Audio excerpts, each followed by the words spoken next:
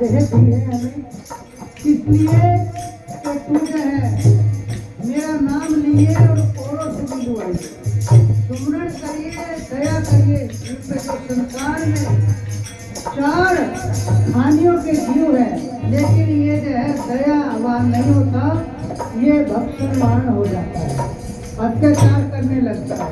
तो इसलिए बताया है किस तरीके से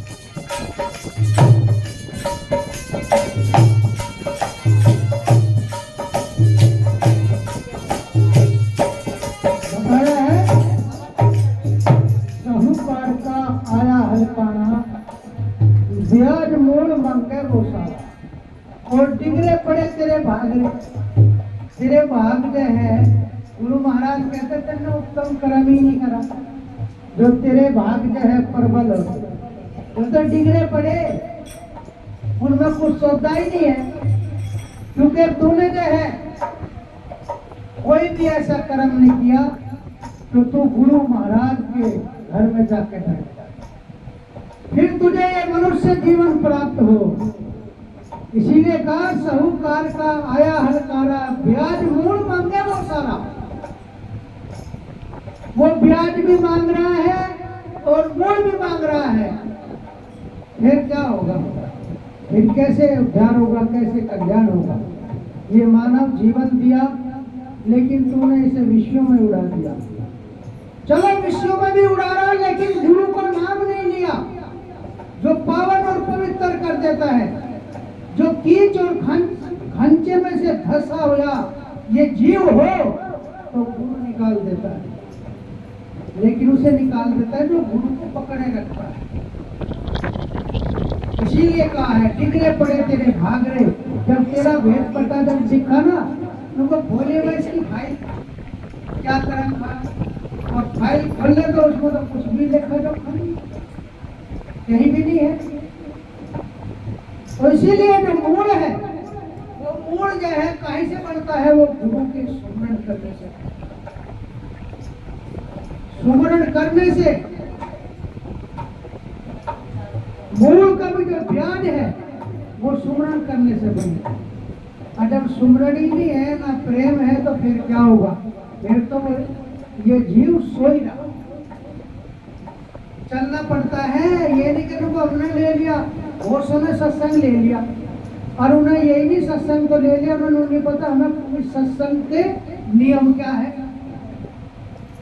तो कहते हमने बहुत पुराना सत्संग ले रखा, नहीं हमें 30-40 साल हो गए सत्संग लेते लेते, और फिर क्या कहे, ना तो कहीं में सत्संग में जावे, ना वे कहीं दान पुण्य करे, ना कहीं सेवा करे, ना भजन करे, पर रखा सत्संग ले रखा, और इंगे भी माथा टेक ले, काली पे भी टेक लो, धोड़ी पे भी टेक लो, लमकड़िया पे भी टेक लो, पेटे पे भी जा मारो टक्कर, और कहने को सत्संग ले रखा या नहीं, कहने को सत्संग ले रखा और काम सारे हो रहे। तो सत्संग का मतलब तो यह है कि सत्य का मेरे में किस तरीके से मिलेंगे। गुरु महाराज कहते हैं सत्य, क्योंकि वहां भी सतगुरु लगा हुआ है और यहाँ भी सत्संग है, वो कहते हैं कि मेरे में किस तरीके से मिलेंगे। महाराज बताए कि सेवा अगर तेरे पे भजन नहीं हो रहा तो सेवा कर ले, और सेवा नहीं हो रही तो सुमरण कर ले, नहीं तो अगर वे भी ना हो तो दान कर ले अपनी नेक कमाई का, जो मेहनत, क्योंकि जो मेहनत करते हैं ना इसमें सारी चीज लगे, तन मन सब लगे मेहनत करने में, पैसा कमाने में, तो वो जो है वो पैसा तू जो है उसे दान कर ले तो तेरा जो है एक मार्ग तो पकड़। जब तू एक मार्ग भी पकड़ रहा तो तू सत्संगी का कैसे हो जाएगा। तो जाने से होगा कर्म। जिस तरीके से सब्जी बनाए ना, सब्जी, अब सब्जी ले आओ बाजार में से धर दो ला के और उसे कच्ची बना दो, ना उसमें कुछ स्वाद आने का ना कुछ, तो उसमें तेल भी पड़ेगा, मसाले भी पड़ेंगे, नमक मिर्च भी पड़ेगी, फिर अग्नि पे वो तपेगी, वो अपना रूप खत्म कर देगी, खाद्य मिटा देगी, वो जब तुम्हारा स्वाद बढ़ावेगी। तो ऐसे सत्संग लेने से तुम कहीं जाओ ना भंडारे में जाओ, ना दान करो, ना सेवा करो, और एक ही जगह बैठे रहो तो कैसे पार हो जाए, जाना पड़ेगा। सत्संगत नित जाना रे साधो, सत्संगत नित जाना। तो इसीलिए वहीं से ज्ञान होता है। इसीलिए कहा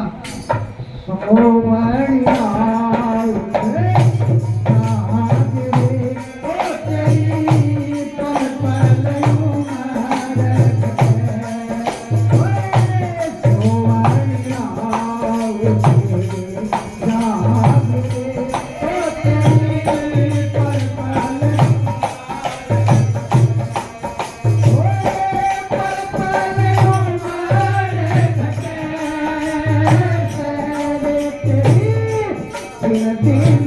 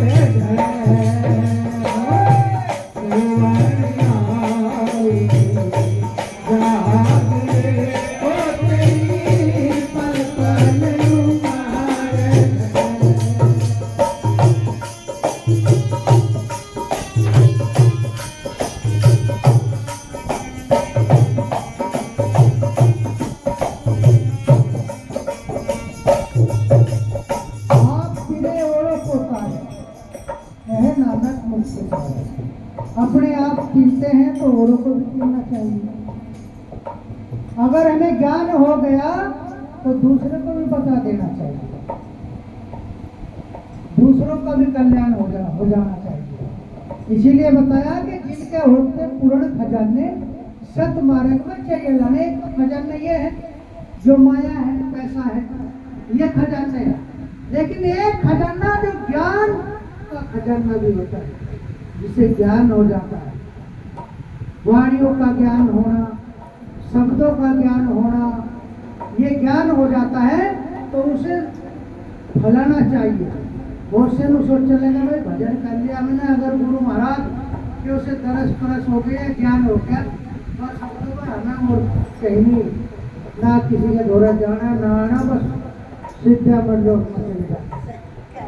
अगर गुरु महाराज गुरु समझदार जिनमें परम ज्ञान प्राप्ति हुई,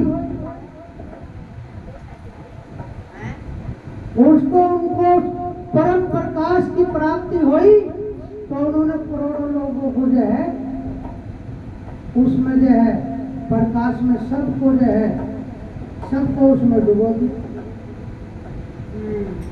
सबको प्रकाश वान बना दिए, सबको प्रकाश में ले आए। ये भी वे सोच लेते गुरु जी के भाई मुझे तो गुरु जी के दर्शन हो गए, गुरु रविदास जी मिल गए, बस मैं अपनी मुक्ति चाहूँगा और क्या।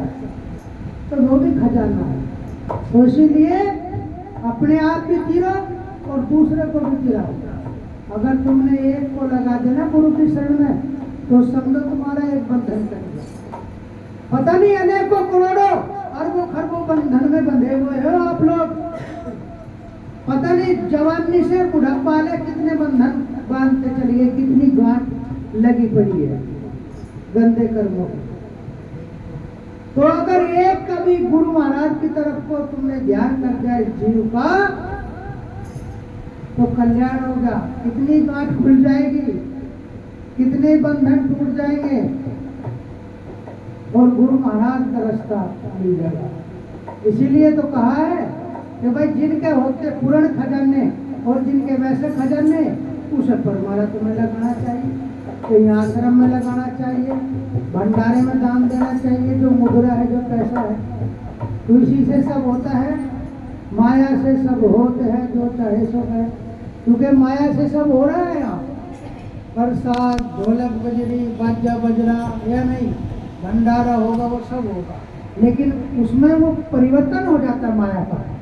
जैसे हम लोग उसे लगाते हैं तो वो सत में परिवर्तन हो जाती है, और कहीं हम लगाएंगे उसे ठेके में जाकर तो वो पाप में परिवर्तन हो जाएगी। लेकिन करना तुम्हें है कि हमें सत में लगानी है, पाप में लगानी है। और ये ज्ञान हमें तब होगा जब हम गुरु की शरण में चले जाएंगे।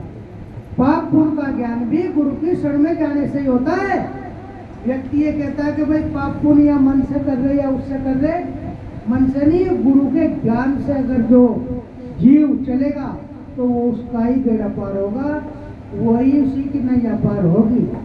इसीलिए बताया सोवड़िया पल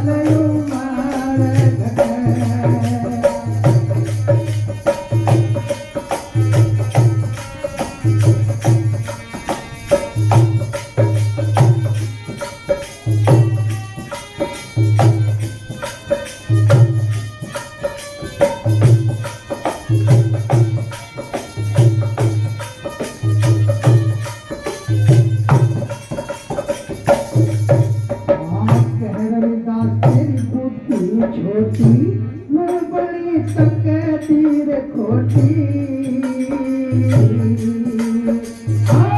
रविदास तेरी बुद्धि छोटी मुँह बड़ी तके तीर खोटी। छोटी बुद्धि कैसी है? किसी को ज्ञान आ गया और उसके दो चार आदमी पैर छूने लगे या कोई महात्मा बन गया, किसने परना गिर लिया या बांध लिया, तो वो सोच लगा भाई अब तो गुरु हो गया, उद्धार करने के लिए गुरु हो गया। लेकिन उसे नहीं पता कौन सा शब्द से उद्धार होगा। जब तेरा ही उद्धार नहीं होया तो दूसरे का उद्धार कैसे होगा?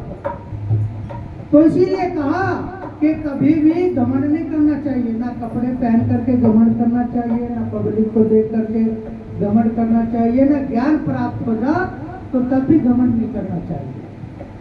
क्योंकि ये सब जैसे होता है मालिक का है, सतगुरु का, वो कब ले ले क्षण भर में किसी को पता नहीं। तो गुरु रविदास जी कहते हैं कि कहीं रविदास तेरी बुद्धि छोटी नू बड़ी तकदीर खोटी।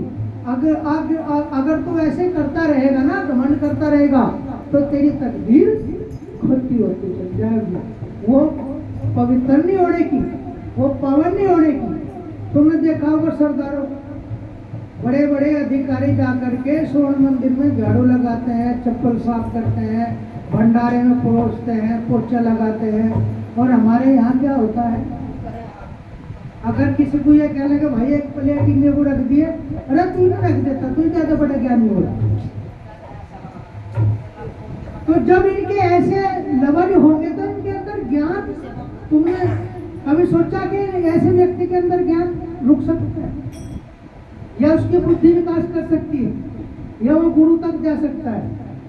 तो ये तो अधीन भक्ति का मतलब है, अधीन। जहां हम भक्ति में प्रवेश करेंगे, क्योंकि घर गृहस्थी व्यक्ति 24 घंटे प्रवेश नहीं कर सकता भक्ति में। भक्ति में 24 घंटे प्रवेश करता है साधु महात्मा संत, जो निर्लेप हो, निर्बंधन है वही। इसीलिए गुरु महाराज कहते हैं कि जब भी तुम वहां जाओ, गुरु के दरबार में जाओ, गुरु के समक्ष जाओ, माथा टेको, तो अपना संपूर्ण पूरा का पूरा विचार समर्पण कर दो कि महाराज तू ही है बस। और किसी से कड़वे वचन मत बोलो, किसी से ईर्ष्या द्वेष मत रखो। वे भक्ति में बाधा है, वे पहाड़ के समान हो जाती धीरे धीरे। जैसे करो तिनका जुड़ के वो घर बन जाता, पंछी अपना घर बना लेता, इसीलिए धीरे धीरे ईर्ष्या द्वेष में पहाड़ बन जाता है और वो हमारा रास्ता रोक देता है, हमें गुरु के यहाँ तक नहीं जाने देता। इसीलिए जो भी कुछ किसी पे है वो यही सोचे कि सब सतगुरु का है, मेरा नहीं है। क्योंकि ये देखो सुप्रीम पावर होते हुए गुरु रविदास जी ने कहा, लेकिन हम सीख नहीं मान रहे, हम नहीं मान रहे उनकी बात।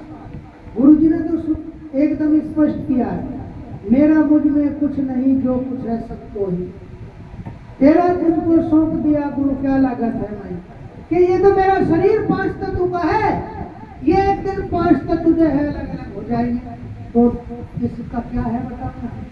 लेकिन जो वो प्रकाश है वो प्रकाश में जा मिलेगा। तो उस प्रकाश को हमें, जो ये हमारे अंदर जो जीव बसा है, इसे शुद्ध करना, पवित्र करना। इसमें तुम कैसी आदत डाल लो, जैसी तुम आदत डालना चाहोगे वो ऐसे होता चला जाएगा। तो इसीलिए ऐसी आदत डाल लो कि पावन बना दो इसे, और ये पावन में जाकर के मिल जाएगा। समुंदर का जल वो जो बूंद बूंद से समुंदर में जाके मिल जाए। तो इसीलिए बताया कह रविदास तेरी बुद्धि छोटी, बड़ी तीर खोटी।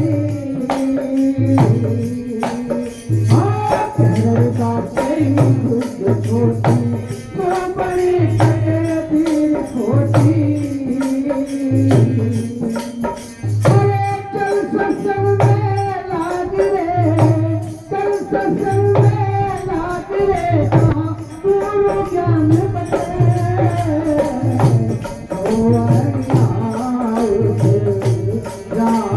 रे, ओ तेरी पर